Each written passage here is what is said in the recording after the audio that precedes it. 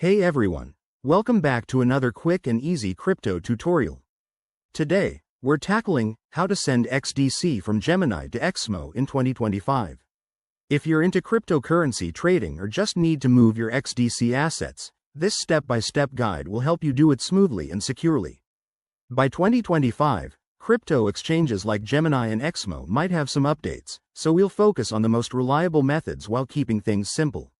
First things first, make sure you have verified accounts on both Gemini and Exmo. Start by logging into your Gemini account.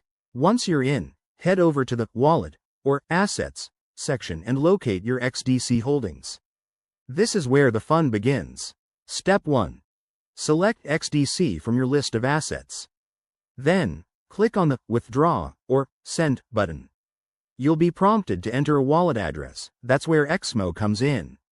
Copy your Exmo wallet address directly from the Exmo platform to avoid any typos, as mistakes can lead to permanent loss of funds. Step 2. Enter the amount of XDC you want to send. Be sure to check the transaction fees, which could vary based on network congestion in 2025. Gemini might use the XDC network, so keep an eye on that for faster transfers.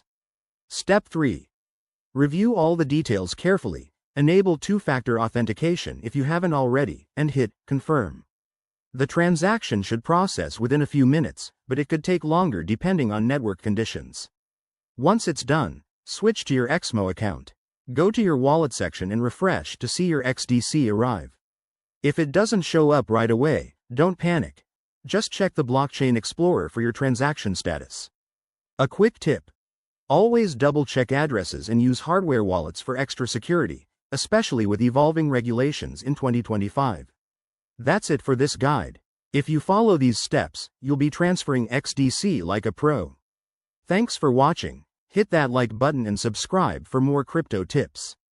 See you next time.